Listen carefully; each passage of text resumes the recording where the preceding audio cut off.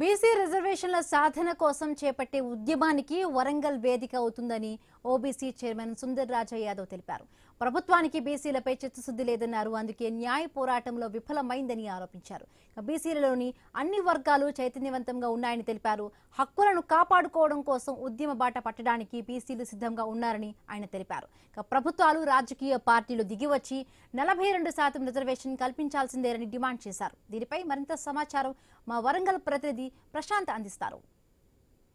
తెలంగాణ రాష్ట్రంలో బీసీ రిజర్వేషన్లపై హాట్గా నడుస్తుంది. నిన్న ఏదైతే హైకోర్టు స్థానిక సంస్థల ఎన్నికల నిర్వహణ కోసం రాష్ట్ర ప్రభుత్వం తీసుకొచ్చిన జీవో నెంబర్ 9 పై స్టే ఇవ్వడంతో అయితే ఎన్నికల ప్రక్రియ పూర్తిగా నిలిపివేస్తూ ఎన్నికల కమిషన్ కూడా ఉత్తర్వులు జారీ చేసింది.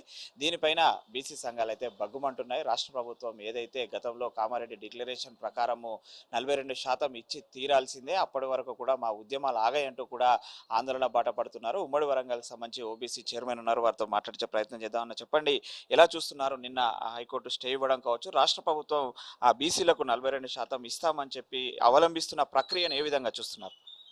ఇవాళ నిన్నటి హైకోర్టు స్టే ఇవ్వడం చాలా బాధాకరం.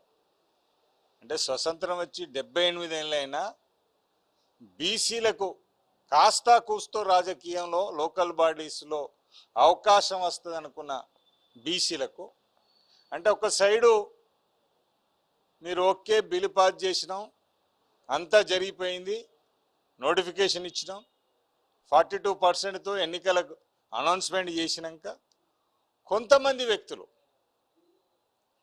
ఆ అగ్రవర్ణాలకు సంబంధించిన కొంతమంది వ్యక్తులు ఇవాళ అడ్డుకొని ఇవాళ ఎలక్షన్ను నిలిపివేసి ఇవాళ బీసీల ద్రోహం చేసిన వాళ్ళు, బీసీలకు అన్యాయం చేసిన విధంగా మేము భావిస్తున్నాం.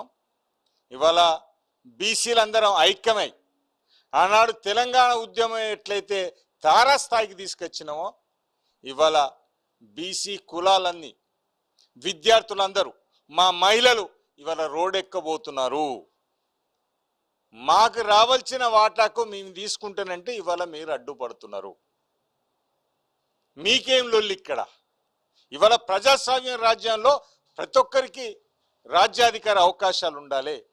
అది మనకు మరికొంతమంది నేతలు ఉన్నారు. చెప్పండి, బీసీ రిజర్వేషన్లు జీవో నెంబర్ 9 ప్రకారం 42% ఇవ్వడాన్ని హైకోర్టు స్టే ఇవ్వడాన్ని ఏ విధంగా చూస్తున్నారు?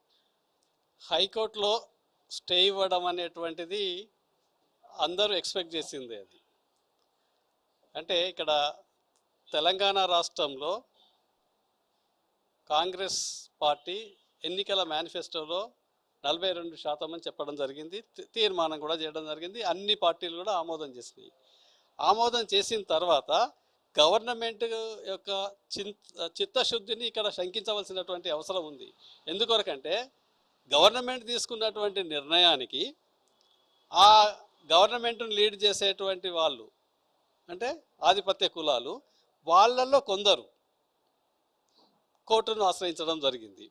అక్కడ లీగల్ ఇష్యూస్ ప్రకారంగా వాదనలు ప్రతివాదనలు విన్న తర్వాత వాటిని పోస్ట్పోన్ చేయడం జరిగింది. ఇప్పుడు ఎలక్షన్ యొక్క వాటిని నిలిపివేయడం జరిగింది. అంటే వాటి వల్ల ఏంటంటే ఎవరో ఒకరు కోర్టుకు పోతారులే, మనం తీర్మానం చేసినా కూడా కోర్టుకు పోతారులే అనేటువంటి గట్టి నమ్మకంతో, మోసపూరితమైనటువంటి కుట్రలతోటి ఇదంతా జరుగుతున్నది. అది మనం చూస్తున్నాము. తెలంగాణ ఉద్యమం తరహాలో అవసరమైతే బీసీ రిజర్వేషన్ల కోసం ఉద్యమిస్తాం, దానికి నాంది వరంగల్ నుంచే ప్రారంభిస్తాం. అవసరమైతే బీసీ కులాలలో ఉన్నటువంటి కార్మిక, కర్షక, మహిళా, విద్యార్థి సంఘాలందరినీ ఏకం చేసైనా మా యొక్క హక్కులను సాధించుకునే దిశగా మా ఉద్యమ కార్యాచరణ ఉంటుందని చెప్పేసి ఓబీసీ నేతలు చెప్తున్నారు. కెమెరామ్యాన్ విజయ్తో ప్రశాంత్, ఐ న్యూస్, వరంగల్ నుండి.